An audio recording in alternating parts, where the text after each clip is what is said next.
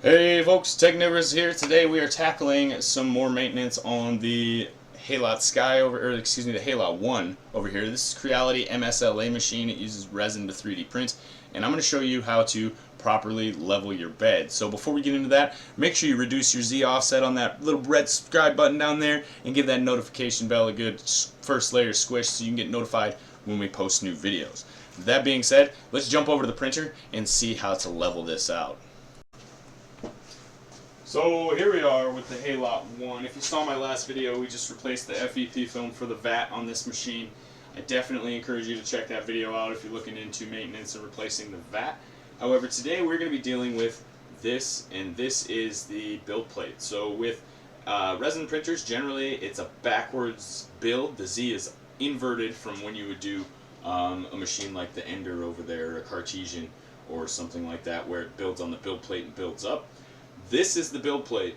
When we lower it to the glass here, we make sure it's level, and then we put our vat on. So we need to do that before we install the vat. And the way to do this is to take your handy dandy Allen wrench that came with the printer. You're going to loosen all 4 of these screws here on the side. One more thing we want to do before we lower the vat here is make sure that our plate is clean. So you don't want to leave any resin residue on the screen there. If you have resin in your machine or your build plate is dirty, you will need nitrile gloves for this process in order to be safe.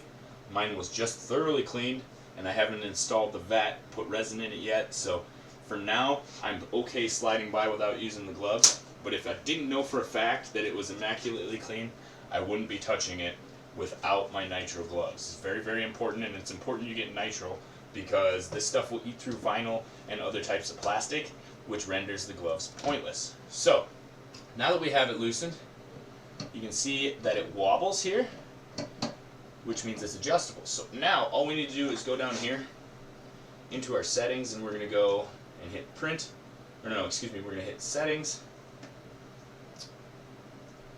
We need to go all the way back. Okay, settings. Other settings.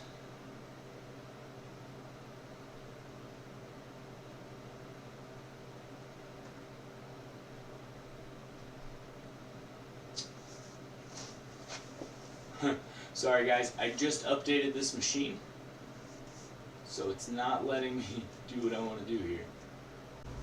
Wait a minute. Before we go any further, I have to point out that it is now 2023, and there's no better time to start investing than right now. The stock market's been down a little bit lately, and as you know in the game, you like to buy low and sell high. So if you're thinking about making any investments, I definitely encourage you to check out the link to WEBULL below, because if you sign up now, you and I both get free stocks, and it helps the channel out quite a lot. If you're spending time thinking that this year is the year you might want to actually start making some investments in the stock market, now's the time. Check it out, guys.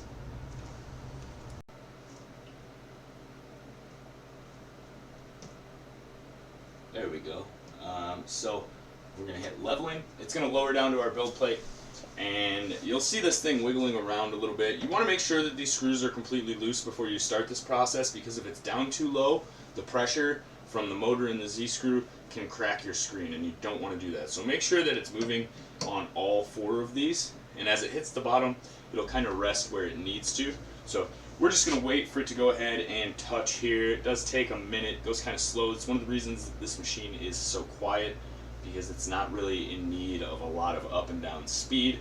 It does a whole layer at a time instead of having to print layer by layer, and it makes it a lot faster printing process as well as a lot more accurate. So we're touching the build plate now. As you can see, I still have a little bit of leeway here.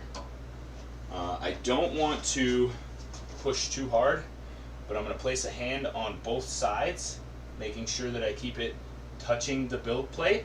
Okay? And I'm going to tighten these screws here. The ones we just loosened, there's 4 of them, and there's 1. And just like with doing the FEP, you want to do opposite corners, get them down, and then do the other corners, and then go back and tighten everything once you're sure that it's where you want it. So I have my initial tightness there. Now you can see a little bit better what I'm doing. Just tightening the screws. and I have a nice even lay here. There's no gaps, and it should work really well. Now, one of the reasons that you do this without the vat on is because this negates the thickness of that FEP film. So it's going to push up against it really, really hard, and that's what's going to allow it to release from the film. So you get really good adhesion to your bed and not so much adhesion to the FEP film, which is exactly what we want. That is pretty much it. Now that we are done, we can go ahead and go back to 0, and it will lift out of the way so I can install my vat.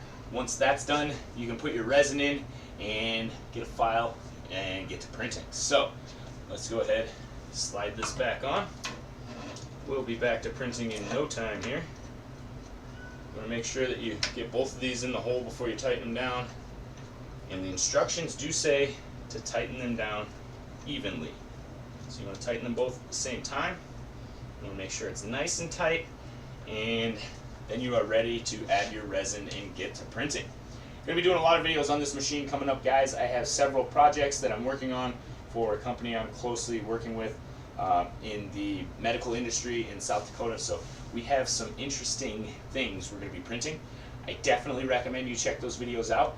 But if you just want to know more about the Creality Resin Printer series, definitely stick around, because I've got some really interesting stuff that's going to be coming out of this machine really shortly. That's going to be it for this video, guys. Thank you for stopping by.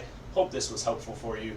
Go ahead and leave me any ideas you have for videos or questions you may have on this machine in the comments, and I'll see what I can do to make that video for you. That's it, guys. Technivorous out.